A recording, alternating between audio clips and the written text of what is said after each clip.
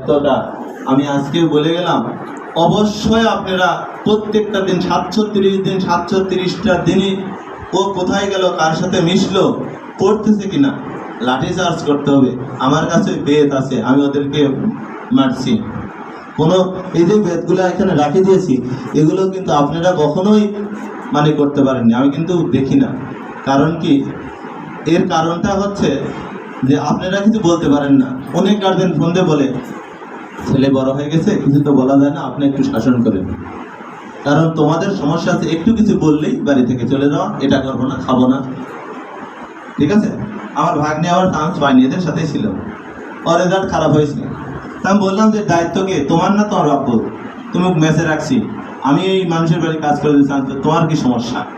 তো বলতেছে যে না, আমার হচ্ছে পড়াশোনা হয়নি, এবার আজকে বাড়ি যায় গেছি, কাজ করতে লাগিয়ে দিয়েছি, ও 2 মাস কাজ করবে। কারণ কি, তোমাদের ওইটা করা উচিত। ওটা কেন করা উচিত, তাহলে বুঝতে পারবা যে এই ইনারা যে কতটা কষ্ট করেন। চায়নাতে একটা ভিডিও দেখলাম যে বাবা কি করতেছে, ওইটা দেখাচ্ছে ভিডিওতে ক্লাসরুমে। যখন দেখতেছে তখন ওদের মন মাইন্ড একটা অন্যরকম হয়ে যাচ্ছে যে আমার জন্য ওনারা কি করতেছে আর তোমরা কি করতেছো। এক ফোন পাইছো, বন্ধু পাইছো, ঘোরাঘুরি, এসব কিছু।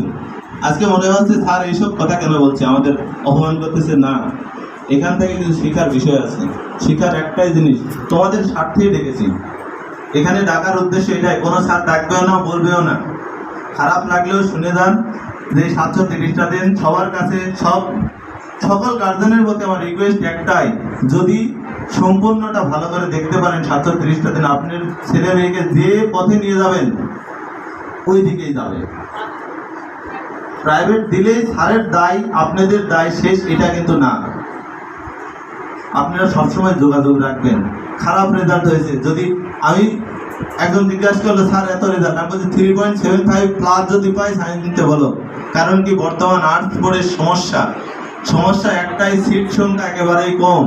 বিসিএস পরীক্ষা থেকে দেখতে গেলেও 60% স্টুডেন্ট সায়েন্সের বিশেষ ক্যাডার হয়েছে, 60%, যেখানে হচ্ছে আর বাকি 40% কমার্স আর হচ্ছে আর্টসের স্টুডেন্ট। তোমার মাথায় সব কিছুই আছে, একটা জিনিসই নেই, সেটা হচ্ছে তুমি আরেকজনের তুলনায় পড়ো না। এই যে রেজাল্ট হয়ে গেল, পরীক্ষার পর 2-3 মাস হয়ে গেছে, এখন পর্যন্ত বই হাতে নেওনি, কোনোদিন একদিনও 6 ঘন্টা পড়নি। তো আজকে একটা কথা বলি, যদি 6 থেকে 7 ঘন্টা প্রতিদিন পড়তে পারো, তুমি যেখানেই যাবা ওখানেই চান্স পাবা। আর যদি এর কম পড়ো, তাহলে সায়েন্স নেওয়ার দরকার নেই, আর্টসও নেওয়ার দরকার নেই, পড়াশোনা বাদ দাও। কারণ ও পড়াশোনাতে কিছু হবে না, কারণ যেটাতে কিছুই হবে না ওইটা করারও দরকার নেই। আর যদি পড়াশোনা করার একমাত্রই ইচ্ছা থাকে তাহলে ভালো করে করো, আর না করার ইচ্ছা থাকলে করার দরকার নেই। কারণ কি, শুধু কষ্ট পাবেন ওনারা। ফলাফল কি, চান্স হয়নি। আজকে না রেজাল্টের জন্য কোনো সমস্যা হচ্ছে না, পার পায়ে যাচ্ছ, কারণ রেজাল্টের কাউন্ট করে না, করে এই 25টা বিশ্ববিদ্যালয়ের রেজাল্ট দেখে না। তোমার যোগ্যতা হলেই ওই স্কোরে তুমি যত পারছো সেটা তোমার মেরিট লিস্ট। সুতরাং রেজাল্ট দেখে না, তোমার 4 পয়েন্ট না গোল্ডেন এ প্লাস, ওইটার সাথে এই 25টা বিশ্ববিদ্যালয়ের কোনো সম্পর্ক নেই। আছে সম্পর্ক নেই। এই জন্যই ওদের আমি ডাকেছি যে আমার কথা হয়তো বা ওই মনে হবে যে হয়তো এগুলো ঠিক কিনা, কিন্তু এনাদের আমি ডাকছি এই জন্যই, কষ্ট করে আসছে, ওনাদের অনেক অনেক ধন্যবাদ যে ওরা আসছে। এই একটা কারণেই, যাদের রেজাল্ট একটু খারাপ হয়েছে মনে করেন না কিছুই হবে না, সব কিছুই এখনও বেঁচে আছে, কিন্তু সেটা চর্চা করো, তাহলে পরেই হবে। আর তোমাদের হচ্ছে গার্জেনদের বিষয়ে বললাম যে খোঁজ খবর নেওয়া। এখন তোমাদের কথা হচ্ছে যদি নিজের দায়িত্ব নিতে পারো বাইরে যাও। কারণ কি, এখান থেকে তুমি যদি আমি বলছি না এখানে থাকবো, আমি বলছি না এখানে থাকো, তোমার যেখানে ইচ্ছা, তোমার এসএসসি A+ পাইছো, আমার এখানে আসছিলাম, আমার সাধ্যমতো আমি চেষ্টা করেছি, তোমাদের সাধ্যমতো তোমরা চেষ্টা করতে একটা রেজাল্ট দাঁড় করেছে। এরপরে কোথায় যাবা এটা তোমাদের ব্যক্তিগত স্বাধীনতা, আপনাদের স্বাধীনতা কোথায় দিবেন। আমি কখনোই বলবো না আমার প্রতিষ্ঠানে দেন কিংবা ওখানে দেন, আপনি যেখানে ভালো লাগবে সেখানে দেবেন। তবে একটা কথা, প্রতিদিন দেখবেন যে কি করতেছে, একদিন না। আর হ্যাঁ, অ্যান্ড্রয়েড ফোন, এই ফোনটা ঠিক আছে, আজকে হচ্ছে সামনে কুরবানি ঈদ আসতেছে, যারা প্লাস পাইছে হুড়ুর করে ঘুরে বেড়াবে, যে কথা বলবে না তার সাথে যা বলবে আমি প্লাস পাইছি, আর তারা পায়নি চুপচাপ করে বসে আছে।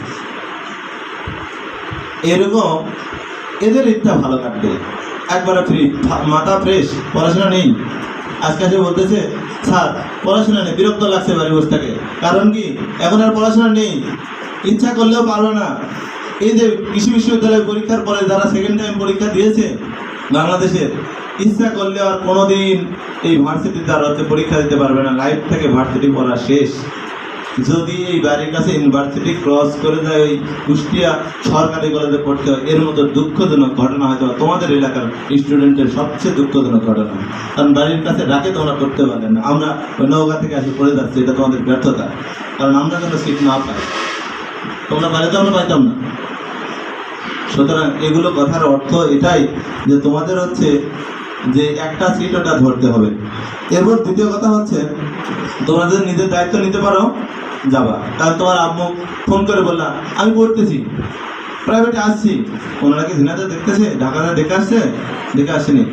যে ছেলেটা ফার্স্ট ছিল ঢাকাতে ছিল, এখন মনে হয় কোথাও ভালো জায়গায় চান্স হয়নি, ক্যান্টনমেন্টে ছিল, যারা আমাকে ফেল করেছে। সুতরাং এর ফেল